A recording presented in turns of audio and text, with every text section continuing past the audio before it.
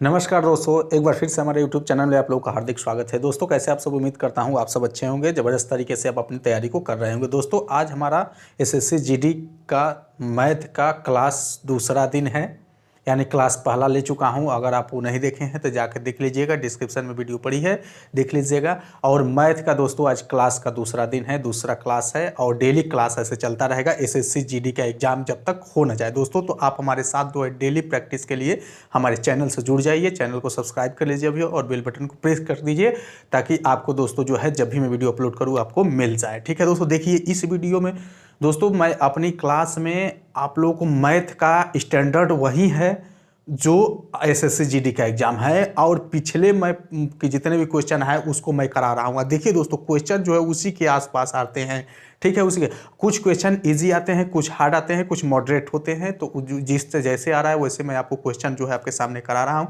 कुछ इजी रहेंगे तो उस ये मत समझिएगा कि यार इजी क्वेश्चन लेके आ रहे हैं, ऐसा नहीं है, इजी भी आता है और हार्ड भी आता है। ठीक है, तो चलिए बिना टाइम वेस्ट किए दोस्तों आज की भी क्लास शुरू करते हैं। ठीक है, चलिए इसमें पहला क्वेश्चन देखिए दोस्तों जो है बहुत तेजी से क्वेश्चन कराऊंगा। और दोस्तों जो है आपको किसी भी तरह का डाउट हो या न समझ में आए तो कमेंट सेक्शन बता दीजिएगा दोस्तों, सर इस तरीके से क्लास लीजिए या फिर जो है यहाँ पे थोड़ा स्पीड धीरे कर दीजिए या फिर ज़्यादा कर दीजिए। मैंने जो भी आपका डाउट होगा आप हमको कमेंट सेक्शन में बता दीजिएगा। चलिए बिना देर किए हो हम क्लास को स्टार्ट करते हैं। चलिए इसमें हमारा पहला क्वेश्चन है दोस्तों आपका, देखिए मेंसुरेशन से हमारे पहली क्लास में चाहे तो दो क्वेश्चन आते हैं। तो यहाँ पे देखिए एक घनाभ की भुजाएं 3:4:5 के अनुपात में है और इनका आयतन 480 घन इकाई है। तो सबसे बड़ी और सबसे छोटी भुजा के बीच का अंतर कितना होगा, यही पूछा है। देखिए दोस्तों इस तरह के क्वेश्चनों को कुछ नहीं करना है, जैसे मैं कर रहा हूँ एकदम बेसिक हमारा जो है स्ट्रक्चर है। देखिए क्या कह रहा है, 3:4:5 यही तो दिया है, दिया है नहीं, ये L हो गया, ये B हो गया, ये H हो गया, है कि नहीं। तो अब देखिए दोस्तों कुछ देर के लिए तो अनुपात में है, अनुपात में से हटाने के लिए अलग अलग करने के लिए लंबाई हो गई, चौड़ाई हो गई, ऊंचाई हो गया। अनुपात को तोड़ने के लिए इसमें कुछ ना कुछ संख्या से मल्टीप्लाई करेंगे। तो हम मान लेते हैं कि इसमें x मल्टीप्लाई करते हैं 3x हो गया, ये 4x हो गया, ये 5x हो गया। यानी आपका लंबाई 3x, चौड़ाई 4x, ये जो है ऊंचाई आपका जो है 5x हो गया। अब जो दोस्तों घनाभ का आयतन क्या होता है, घनाभ का आयतन का फार्मूला, ठीक है। देखिए पेपर और पेन लेके बैठिए और नोट करते जाइए। L गुणे B गुणे H होता है, लंबाई गुणे चौड़ाई गुणे ऊंचाई, यही तो होता है लंबाई गुणे चौड़ाई गुणे ऊंचाई, ठीक है। लंबाई गुणे चौड़ाई घनाभ का आयतन होता है, लंबाई गुणे चौड़ाई गुणे ऊंचाई। तो अब देखिए दोस्तों यहीं पे लंबाई कितना है 3x है, गुणे चौड़ाई कितना है 4x है, गुणे ऊंचाई कितना है 5x है, ठीक ना। ये हो गया आयतन। ये आयतन दिया है दोस्तों, घनाभ का आयतन कितना दिया है 480, कितना दिया है 480 आपका दिया है इसका घनाभ का 480 घन इकाई, ठीक है। तो यहाँ पे आपका 480 दिया है, ठीक। अब देखिए यहाँ पे 4×3 12 × 4 48 हो गया, 5×8 40 हो गया, ठीक ना। यानी एक कैंसिल हो गया, यानी x गुणे x गुणे x क्यू इक्वल टू इधर 8 रह गया शेष, ठीक। तो x बराबर कितना हो गया ये दोस्तों 2 हो जाएगा ना। अब यहीं x की वैल्यू यहाँ पे रख दीजिए। देखिए तो यहाँ पे 3x है तो 3 दूनी 6 हो जाएगा, यहाँ पे 4x है 4 दूनी 8 हो जाएगा, यहाँ पे 5 है 5 दूनी 10 हो गया। अब दोस्तों देखिए लंबाई आपका जो है कितना हो गया, देखिए 6 8 10, ये लंबाई हो गया, ये चौड़ाई हो गया, ये ऊंचाई हो गया। तो यही तो पूछा है कि सबसे बड़ी भुजा और सबसे छोटी भुजा के बीच का अंतर, सबसे बड़ी भुजा ये हो गई और सबसे छोटी भुजा 6 हो गई, इन दोनों का अंतर कितना है 4। हमारा राइट आंसर कितना हो जाएगा 4। ऑप्शन नंबर कौन सा है दोस्तों, ऑप्शन नंबर आपका डी। चलिए नेक्स्ट क्वेश्चन, ठीक है। ठीक है दोस्तों, जहाँ समझ में नहीं आएगा हमको कमेंट सेक्शन में बता दीजिएगा कि नहीं जो है यहाँ पे सर हमें समझ में नहीं आएगा तो हम उसको आपको समझाने का प्रयास करेंगे, ठीक। चलिए हमारा अगला क्वेश्चन है, अगला क्वेश्चन है दोस्तों आपका कंपाउंड इंटरेस्ट यानी चक्रवृद्धि ब्याज से, ठीक ना। एक निश्चित राशि 6% वार्षिक चक्रवृद्धि ब्याज की दर से 2 वर्षों में 7200 हो जाती है, जिस पर ब्याज वार्षिक रूप से चक्रवृद्धि किया जाता है। वह राशि ज्ञात कीजिए निकटतम पूर्णांक तक। यानी दोस्तों इसका एक्चुअल हमको वैल्यू नहीं आएगा, नियर अबाउट में दशमलव में आएगा तो हम उसको ले लेंगे, ठीक है। चलिए कोई बात नहीं। अब कह रहा है कि 6% दोस्तों निश्चित ब्याज की दर से 72 हो जाती है। देखिए कोई धनराशि का था एक निश्चित दर पे, देखिए हमको मूलधन नहीं पता है, मूलधन नहीं पता है P। हमारा क्या पूछा है दोस्तों, वही आपका कह रहे चक्रवृद्धि ब्याज या तो वह राशि ज्ञात कीजिए, यही हमारा मूलधन ज्ञात है। अब यहाँ पे देखिए दोस्तों मिश्र धन दिया है, मिश्र धन कितना हो जाता है, मिश्र धन 7200 हो जाता है, ठीक ना। अब इसका जो जनरल फार्मूला होता है कंपाउंड स्टेट का, सीआई का, क्या होता है दोस्तों, A equal to P equal to 1 plus R बटे में 100, ठीक, के पावर एन। ये ए मिश्रधन हो गया, पी आपका मूलधन हो गया, आर दर हो गया, एन टाइम हो गया, ठीक। तो अब देखिए ए दिया है यहाँ पे 7200, पी नहीं दिया है 1 प्लस आर आपका दिया है 6 दिया है ना, आपका 6 दिया है, 6 दिया है, ठीक, बटा में 100। आइए एन आपका कितना है, 2 वर्षों में दिया है, ठीक, 2 वर्षों में दिया है। अब यहाँ पे देखिए दोस्तों ये 7200 हो गया।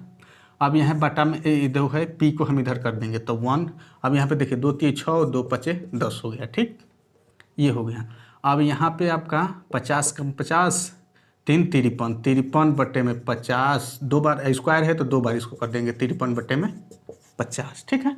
अब यहाँ पे P इक्वल टू क्या हो जाएगा दोस्तों, ये पैकरा से मल्टीप्लाई कर दीजिए, 7200 गुणे 5 5 2500 ऊपर चला गया, अब बटे में 53 गुणे 53, ठीक है। इसको दोस्तों आपको मल्टीप्लाई करके डिवाइड कर देना है बस, और कुछ नहीं। देखिए क्वेश्चन में बस एक ही चीज़ आपको मिलेगा दोस्तों, हार्ड क्वेश्चन नहीं मिलेगा, बस कैलकुलेटिव क्वेश्चन मिलेगा। आपका जो है मल्टीप्लिकेशन और डिवाइडेशन रूल जो है आपका टाइट होना चाहिए, ठीक है। इसलिए जितने भी स्क्वायर क्यूब है सब याद कर लीजिए, ठीक है। तो देखिए इसको अब डिवाइड करेंगे दोस्तों 6408 के नियर अबाउट आपका आएगा, इसको डिवाइड करेंगे तो आपका 6408 के नियर अबाउट में आएगा आपका राइट आंसर, ठीक है। कौन सा है, ऑप्शन नंबर सी, ठीक है। चलिए अगला क्वेश्चन। एक बार सभी लोग जो है आप क्लास को लाइक कर दीजिए, और चैनल पे नए दोस्तों जो है तो जुड़ जाइए, क्योंकि जब तक एग्ज़ाम SSC GD का नहीं हो जाता तब तक दोस्तों आपका ये जो प्रैक्टिस चलता रहेगा। आपको मैं इतना प्रैक्टिस करा दूंगा कि एक भी क्वेश्चन आपका मैथ छूटेगा नहीं, ठीक। चलिए देखिए ये आपका प्रॉफिट एंड लॉस क्वेश्चन है। एक विक्रेता ने किसी वस्तु का विक्रय मूल्य इसके क्रय मूल्य से 25% अधिक अंकित करता है किया, यदि वह 42% की छूट देता है तो उसका हानि प्रतिशत ज्ञात कीजिए। देखिए बहुत ही हार्ड क्वेश्चन नहीं है, बहुत ही सिंपल क्वेश्चन है। एक विक्रेता ने किसी वस्तु का विक्रय मूल्य इसके क्रय मूल्य से 25% अधिक, मतलब अभी बताइए, ये क्रय हो गया, ये विक्रय हो गया, समझिए क्रय मूल्य, ये विक्रय जो है क्रय से 25% अधिक अंकित करता है। तो क्रय हम मान लेते हैं कि 100 है कि नहीं, कितना 25% अधिक अंकित करता है क्रय मूल्य से, तब 25% अधिक, ये क्रय हो गया 100, 25% अधिक अंकित करता है यानी 125 हो गया, ठीक। अब क्या करता है, इसके बाद इस पे कितने परसेंट की जो है छूट देता है, 42% की छूट देता है, तब बेचता है। यानी 125 पे 42% की छूट देता है। 42% की छूट देगा दोस्तों, कितना रह गया शेष, 58, ठीक है। 25 5 125, 25 चौके 100, ठीक। 42% था वो, 2 दूनी 4, आपका 2 9 18, 2 हो गया, 9 5 45 के 5 4 9 45 5 4 5 दूनी 10 4 14 बट्टे में 2 हो गया, 2 7 14, 2 दूनी के 4, 2 7 2 5 10, यानी 72.5 रुपया में उसने बेच दिया, ठीक है। क्रय किया, देखिए क्रय मूल्य इतना है, विक्रय मूल्य जो है इससे 25% अधिक अंकित किया हमने, एकदम सेम टू सेम जैसे कहा वैसे लिख दिया। अब इस पे जो है 42% की छूट दिया, तो 42% की छूट देने के बाद हमारे पास शेष कितना रह गया, 58%। तो 58% की वैल्यू 72.5 इतने में सेलिंग कर दिया, तो जाहिर सी बात हानि हुई। कितने परसेंट हानि हुई दोस्तों, तो आपका 73 27 है कि नहीं, 27.5 है ना, 27.5 हुआ। तो अब इसको जो है इतने की आपकी हानि हुई, इसकी कितने की इसकी हानि हुई, तो अब इसी को परसेंटेज में निकाल दीजिए दोस्तों। तो यही तो है क्रय मूल्य, ठीक ना। तो हानि गुणे 100 बटे में क्रय मूल्य 100 है, 100 से कर यानी 27.5 हो गया, सॉरी 7 नहीं है 5 है, 5% की हानि हुई। ऑप्शन नंबर कौन सा है दोस्तों, आपका ऑप्शन नंबर डी है। चलिए अगले क्वेश्चन की तरफ बढ़ते हैं। देखिए मैं बहुत तेज क्वेश्चन करा रहा हूँ दोस्तों जो है, क्योंकि हमें दोस्तों हमारा लक्ष्य यही है कि हम ज़्यादा से ज़्यादा जो है आपको प्रीवियस क्वेश्चन करा दें, ताकि आपको क्वेश्चन मैथ के क्वेश्चन में डाउट ना हो, मैथ के क्वेश्चन तो कम से कम करके आए, ठीक है। चलिए अगले क्वेश्चन की तरफ बढ़ते हैं।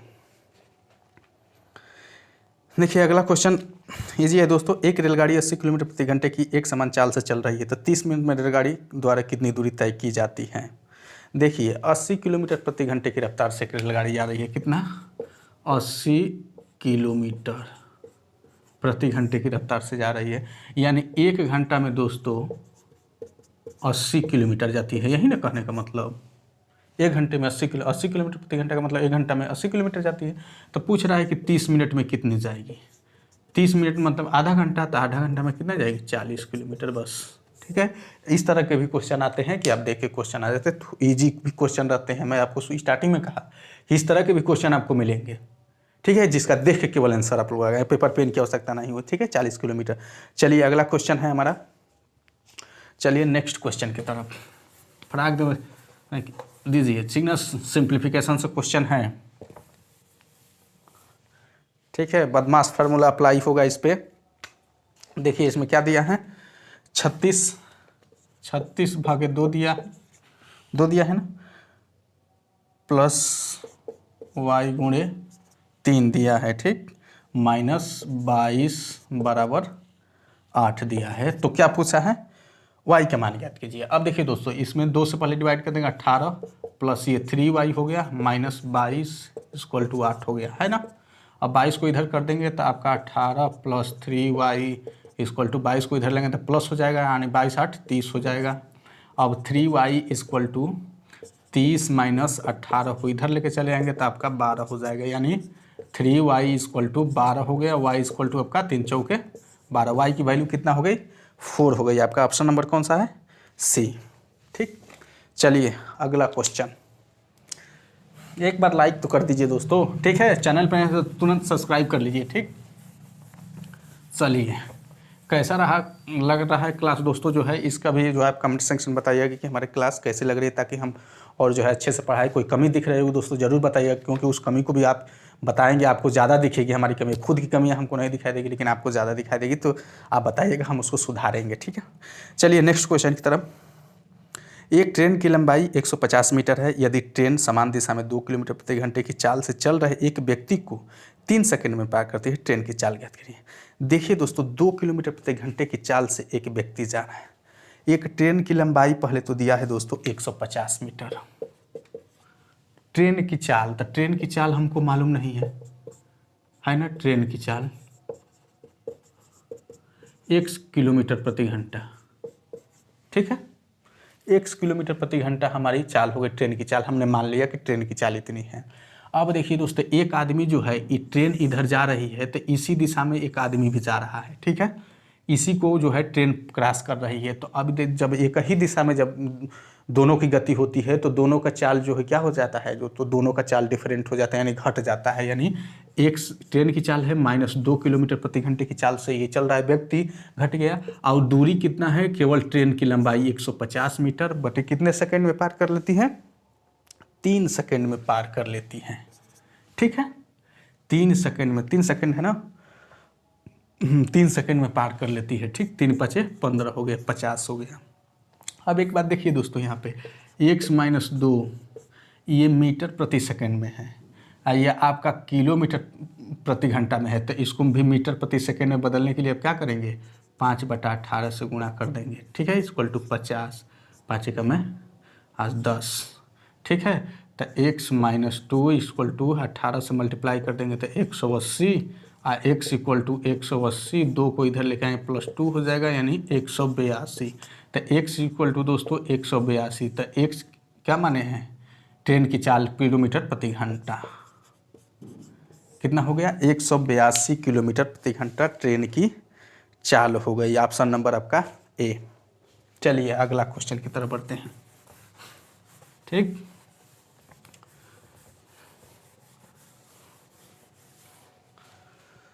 ठीक है, चलिए अगले क्वेश्चन की तरफ बढ़ते हैं दोस्तों। हमारा अगला क्वेश्चन है आपका, एक मकान का वर्तमान मूल्य कितना है, 4,64,000 ना, सॉरी 46,40,000। ठीक है, यदि इसके मूल्य में 5% प्रति वर्ष की दर से अवमूल्यन होता है तो 3 वर्ष बाद मकान का मूल्य। देखिए दोस्तों, बहुत ही इजीली तरीके से इसको करेंगे, जैसे कह रहा है हमको ठीक वैसे कर देना है, बाकी अपने तरफ से कुछ नहीं सोचना है, ठीक ना। देखिए इसमें वर्तमान मूल्य कितना दिया है, 464, ठीक ना, सॉरी 464 40, ठीक ना, यही दिया है ना। अब ये कह रहा है कि प्रति वर्ष जो है 5% का इसमें अवमूल्यन होता है, कटौती होती है प्रत्येक वर्ष 3 वर्ष बाद मकान का मूल्य। यानी दोस्तों पहले साल 5% का कटौती अवमूल्यन हो गया तो कितना रह गया, 95 हो गया, ठीक ना। फिर इतने का दूसरे साल भी 5% अवमूल्यन हो गया तो फिर 95 रह गया, फिर इतने का अब जो है रह गया 5 पर, तो फिर 95 हो गया बट्टे में 100, यानी पहले साल 1 साल 2 साल 3 साल हो गया। बस इसी को कैलकुलेट कर दीजिए और कुछ है नहीं, ठीक है। अब देखिए यहाँ पे इतने हैं, बस 39 आपका 2 2 4 2 6 6 शून्य से 4 शून्य इधर कट गया, सॉरी इसको नहीं घटाना, 4 शून्य से यहाँ पे इसको रहने देते हैं, 4 शून्य से 4 शून्य कैंसिल हो गया। अब देखिए दोस्तों 5 दूनी 20, 5 दूनी 10, 20 हो गया, 19 हो गया, उसके बाद 5 चौके 20, 19 पचे 95 हो गया, 4 एकम में 4 हो गया, 4 एकम में 4, 2 4 छके 24, ठीक है। तो आपका 116 गुणे 19 गुणे 19 361, ठीक है, गुणे 95। अब इसी को दोस्तों जो है आपस में मल्टीप्लाई कर दीजिए, यही आपका राइट आंसर। तो आपका कितना आ जाएगा, 3978 220 आपका right answer, option number A, ठीक। चलिए अगले क्वेश्चन की तरफ बढ़ते हैं, ठीक है।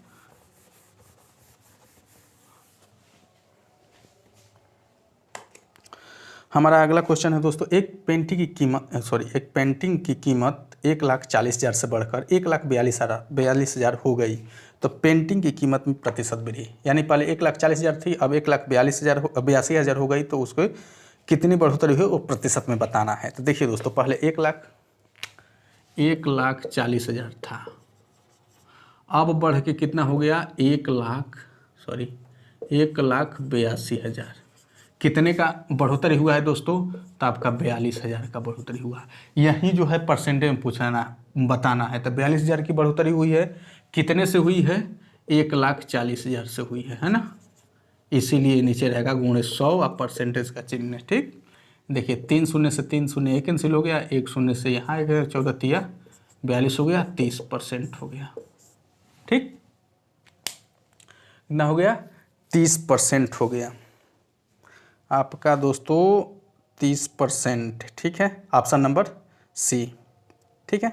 चलिए अगर नेक्स्ट क्वेश्चन की तरफ बढ़ते हैं। देखिए नेक्स्ट क्वेश्चन दोस्तों आपका दिया है एकल बट्टा से, एकल समतुल्य बट्टा का क्वेश्चन जरूर पूछता है। देखिए इसका जो है मैं आपको ट्रिक, आप लोग खोजते हैं ना, मैं इसका आपको ट्रिक बता दे रहा हूँ। 10%, 5% और 3 सही 1/2% यानी 3.5% की क्रमिक छूटों के बराबर एकल छूट क्या होगी, ठीक ना। यहाँ पे देखिए क्या दिया है, 10%, 5% और 3.5%, यही ना दिया है। एकल छूट पूछा है। तो देखिए दोस्तों एक फार्मूला याद करिए, यहाँ नहीं लिखूंगा, यहाँ पे देखिए A+B - AB बट्टे में 100, इसी पे दोस्तों जो है ये चीज़ रख देंगे, ये जो है इस पे केवल पुट कर दीजिए, हमारा जो है एकल बट्टा निकल के आ जाएगा। देखिए जैसे में हम इन दोनों को लेके चलते हैं, ये A हो गया, ये B हो गया, इन दोनों को इसको पहले छोड़ देते हैं। तो देखिए A की जगह पे 10 हो गया, +5 हो गया, -10 गुणे 5 हो जाएगा, बट्टे में 100 हो गया, 10 5 15, माइनस ये हो गया, -0.5 हो गया। तो यहाँ पे क्या हो जाएगा, यहाँ पे 14.5 हो गया, ठीक। अब देखिए इन दोनों को सॉल्व किए तो 14.5 आ गया। तो अब उसके बाद तो इन दोनों को सॉल्व किए तो 14.5 हो गया। अब ये हो गया और यहाँ पे 3.5 है, ठीक है, 3 तो अब यहाँ पे ये हो गया, ये B हो गया, ठीक है। फिर वहीं पे 14.5 + 3.5 माइनस 14.5 गुणे 3.5 5/100। ठीक है, ये हो गया। आप देखिए 14 3 17 1 18 हो गया माइनस। अब यहाँ पे इसको हल करेंगे दोस्तों तो 14, इसको 14 दूनी 28 1 29/2 लिख सकते हैं, गुणे ये 3 7/2 लिख सकते हैं। ठीक, अब बट्टे में 100 हो गया। अब यहाँ पे आपका इसको मल्टीप्लाई कर दे, 7 9 63 के 3 6 7 दूनी 14 6 20 में 4 हो गया। तो 4 1 कम 4 25 20 हो गया। जीरो आपका 4 7 28, हाँ 4 25 20 हो गया आपका 50.575 हो गया। फिर ये जब 2 जीरो जाएगा इसके साथ तो आपका 0.50.75 आ जाएगा। ठीक है, 75। तो इतना में से इसको कैलकुलेट आप जैसे भी अपने तरफ आपका जैसा भी कैलकुलेशन हो उसको इसको कैलकुलेट करेंगे तो आपका 0.5075 क्या आ जाएगा, यानी 17 पॉइंट समथिंग आएगा दोस्तों। ठीक है, 17 पॉइंट आपका समथिंग, 18 में से आधा निकाल देंगे तो आपका इतना आएगा। तो कितना हो जाएगा आपका? ऑप्शन नंबर कौन सा है? ऑप्शन नंबर आपका है आपका सी। ठीक है, चलिए अगले क्वेश्चन की तरफ बढ़ते हैं।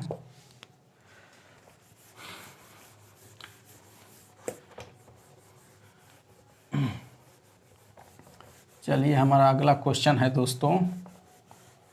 ठीक है, एकल बट्टा निकालने के लिए इससे बेटर जो है दोस्तों आपका कोई ट्रिक नहीं है, ये बहुत ही बेस्ट है। ठीक, अब चलिए हमारा अगला क्वेश्चन है दोस्तों। देखिए फिर कंपाउंड इंटरेस्ट से आगे क्वेश्चन चक्रवृद्धि ब्याज से। चक्रवृद्धि ब्याज की किस दर से कोई धनराशि 3 वर्षों में वार्षिक रूप से चक्रवृद्धि होते हुए इतना गुनी हो जाती है?